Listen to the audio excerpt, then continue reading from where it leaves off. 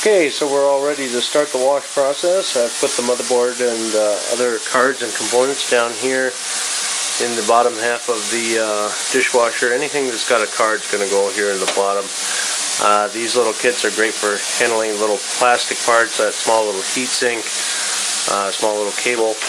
And on top here, you will put your fans, all the other cables, and the power supply, just like this, with the vent facing up and the fan on the bottom so the water can run all through it.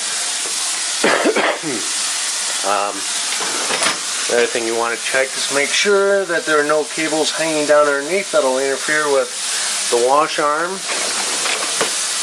We'll go ahead and fill it up with soaps of your favorite choice. Doesn't matter, Cascade, anything works. Make sure the rinse aid doesn't really matter. And I always like to put these on the heavy wash, or you can do a normal wash. I prefer the heavy. And one big thing, air dry. Make sure you turn off the heated dry function. That'll melt everything. So air dry is very important. And we'll go ahead and start it up. Always like to run hot water too from the sink. That gives the dishwasher plenty of hot water to get started. Making some modifications to my dryer so I can dry these parts a little quicker rather than the standard air dry. I got a rack in there. Unfortunately it broke, but I'll figure something out.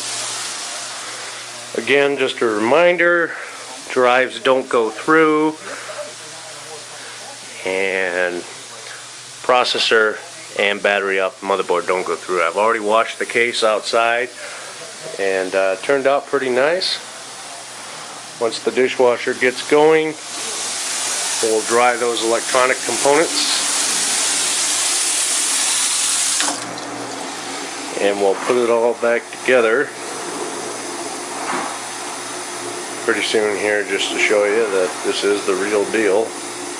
I'm going to open it up here once it stops filling, which will be pretty soon. And you can usually get an idea if the water is going to be, you can usually tell when the water is pretty dirty, how dirty your computer is. I don't expect too much dirt out of this one. So it's getting going here pretty good. You also want to listen for clanking noises. That would mean a cable got stuck somewhere. You'd always open it up and check it.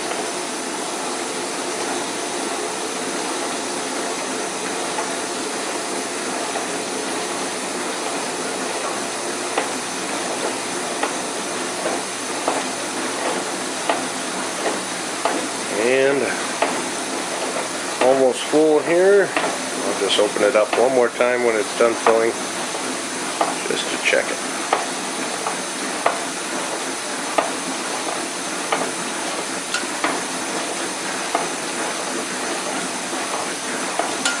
Bingo.